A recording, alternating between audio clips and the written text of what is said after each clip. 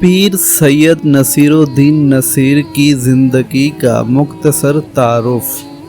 پیر سید نصیرالدین نصیر ایک روحانی شخصیت اور سلسلہ چشتیہ تونسیہ کے ایک نامور صوفی تھے۔ آپ کی پیدائش 14 نومبر 1949 کو گولڑا شریف میں ہوئی۔ آپ نے ابتدائی تعلیم اپنے آبائی علاقے میں حاصل کی اور پھر مختلف علوم و فنون میں مہارت حاصل کی۔ آپ کی شخصیات کو جلا بخشنے میں آپ کے دادا جان حضرت سید غلام محی الدین المعروف بابو جی سرکار رحمۃ اللہ علیہ نے اہم کردار ادا کیا۔ آپ نے ابتدائی تعلیم آستانہ عالیہ گولڑا شریف میں حاصل کی۔ آپ نے مختلف علوم و فنون خاص طور پر قرآن و حدیث اور فقہ میں مہارت حاصل کی۔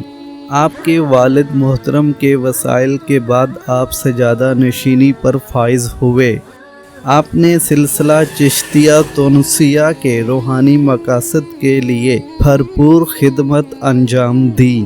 آپ نے سماجی اور مذہبی خدمات کے لیے بھی وقت وقف کیا۔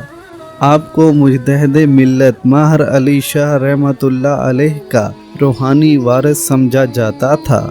آپ نے نکل کر خانقاہوں سے ادا کر رسمی شبیری کا عملی ثبوت پیش کیا۔